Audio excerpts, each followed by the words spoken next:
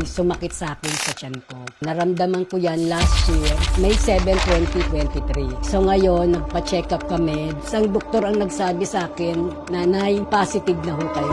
Nagdasal na talaga ako na malagpasan ko kung sakit ko. Sabi ng doktor ko, maganda ka ng 300,000. Ang sabi ng asawa ko, nag-usap-usap sila, ilalaban pa ba natin ang nanay mo? Almost 1 million ang magagastos ko. Ngayon, ang sabi ng mga anak ko, ako po si Maria Cristina S. Garcia, 54 taon gulang. Kasalukuyang naninirahan dito sa Imus, Cavite ng almost 22 years. Ako po ay may hanap buhay na nagtitinda ng mga merienda dito sa amin sa loob ng subdivision. Hanggang sa may sumakit sa akin sa tiyan ko. Naramdaman ko yan last year, May 7, 2023. Ako po sa lifestyle kasi malakas po ako manigarilyo. Nakaka-13, 14 ako sa isang araw na stick na sigarilyo. At sinasamahan ko pa ng kape na ang akala ko ay acid reflux lang. Kasi minsan nawawala, minsan hindi. Tapos ang akala ko magagamot lang sa tubig o sa mga ibang gamot hanggang sa dumating yung puntong hindi na ako makadumi ng ilang araw.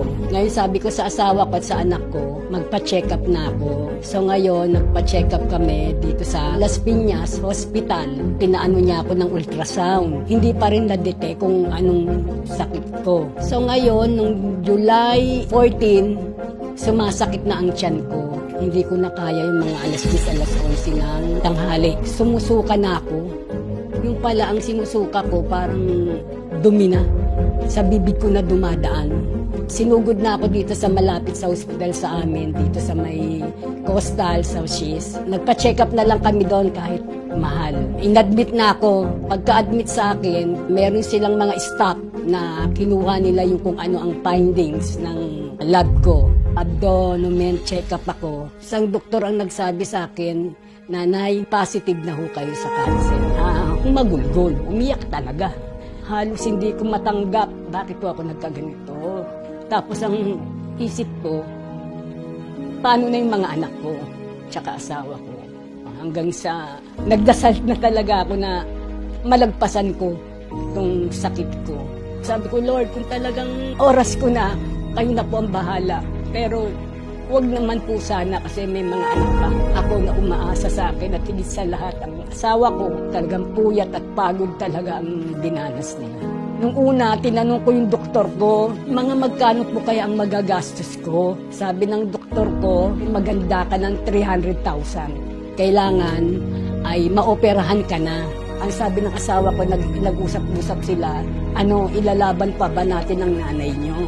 Ngayon, ang sabi ng mga anak ko, hindi natin kakayanin kasi halos almost 1 million ang magagastos ko kasi talagang mahirap. Ngayon sabi ng asawa ko, mahirap ang walang ina. Kaya kung ako sa inyo, ilaban natin. Ang sabi ng mga anak ko, ibenta natin tong bahay para nang sa ganun, meron tayong magastos kasi napakahirap eh. Ang naging 6 na doktor sa SIS, sa Imus Hospital, 1, sa Las Piñas, 2, sa PGH, 2, halos ang daming hospital ang pinuntahan ko. Ngayon ang nangyari, ang sabi sa akin ng mga anak ko, sige pa, kahit anong mangyari, laban tayo. Hanggang sa July 17, birthday ng pangalawa kong anak, ibis nagse-celebrate kami, ibis nagsasaya kami, nasa hospital ako na nakikipaglaban sa sakit. Hanggang sa naging successful naman ang aking operasyon. After 1 week, sabi ko, Dok, magkikimo ba ako? Ng doktor ko, yes, magkikimo ka. Bibigyan kita ng para sa vitamins mo para sa buto at vitamins mo para sa dugo at palalakasin mo ang immune system mo. Kasi nga pag nagkikimo, kailangan malakas ka. So doon pa lang, natatakot na ako kasi iba ang isip ko, nag-negative na talaga ako doon eh. Alam kong panghihinaan ka na ng lakas mo. May nakakasurvive pero limitado na lang. Ang asawa ko kasi, siya ang tagaluto, siya ang taga-malengke. Ako talagang nakahiga. Hanggang 1 linggo, na malengke ako, pinilit ko. doon nga sa suki ko. Hindi nga yan sabi sa akin ng kaibigan ko na suki ko, Ti Christy, ano na nangyari sa'yo? Para ka namang ano na. Sabi niya, hindi sa pag-aano itry mo yung salveyo. Sabi niya, ikaw ang gagawin kong buhay na magpapakatotoo salveyo. Nagdadalawang isip ako kasi nga, paano kung maubos? Sana naman nauutang. Ay wala naman akong pambabayad na dahil nakasagla nga yung titulo namin sa ospital. Sabi niya, hindi. Huwag mong problemahin. Basta uminom ka lang nitong salveyo. Kinabukasan, ininom ko siya pak. Siguro ganun lang sa cup. 3 ganon, scoop. Wala pang laman ang tiyan. Alas 4, alas 5. Talagang inano ko.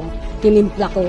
Tinainom ko na. Tagang bumubuhi. Tapos hindi ko pa sinusundan ng tubig kasi tinuruan na din ako. Siya na muna na natili sa ano ko.